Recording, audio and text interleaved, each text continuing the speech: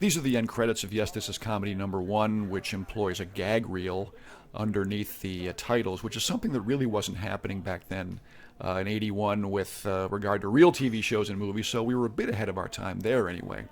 But otherwise, on this show we had no idea what we were doing other than what we each independently did with Super 8 movies or on stage in school productions or on the radio in college as literal kids and teenagers.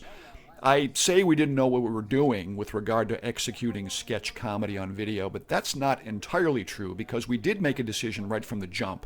And that was, even though we were a Cleveland area-based group of creatives and performers producing in Northeast Ohio and using Northeast Ohio locations every now and then, we decided to avoid making the material itself Cleveland or Northeast Ohio centric.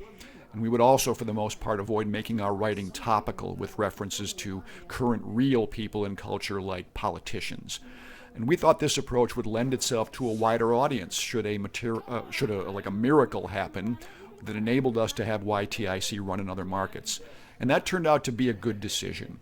But for now, this show is just us trying to feel our way in terms of developing our style of sketch comedy for TV.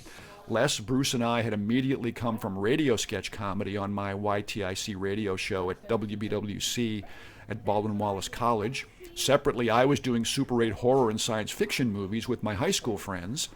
As teenagers, Les and Bruce were, I believe, doing live improv and theater work, including comedy, in school. Cindy Petranzio was also a stage actor in high school in this era. At the same time we were shooting these sketches for the first YTIC, the four of us, along with Glenn Mertz, who would soon join this video show as a main cast member, were also shooting a Super 8 horror movie parody called Dead Air up at WBWC. And a lot going on, but we were just kids at this time, the late winter of '81. Les and Bruce were 19 years old. Cindy is a high school senior, 17 or 18 years old max. I was 21. We were just kids in a candy store, and the candy at this point was a little too high on the shelves for us, but we didn't know it. We were just having fun.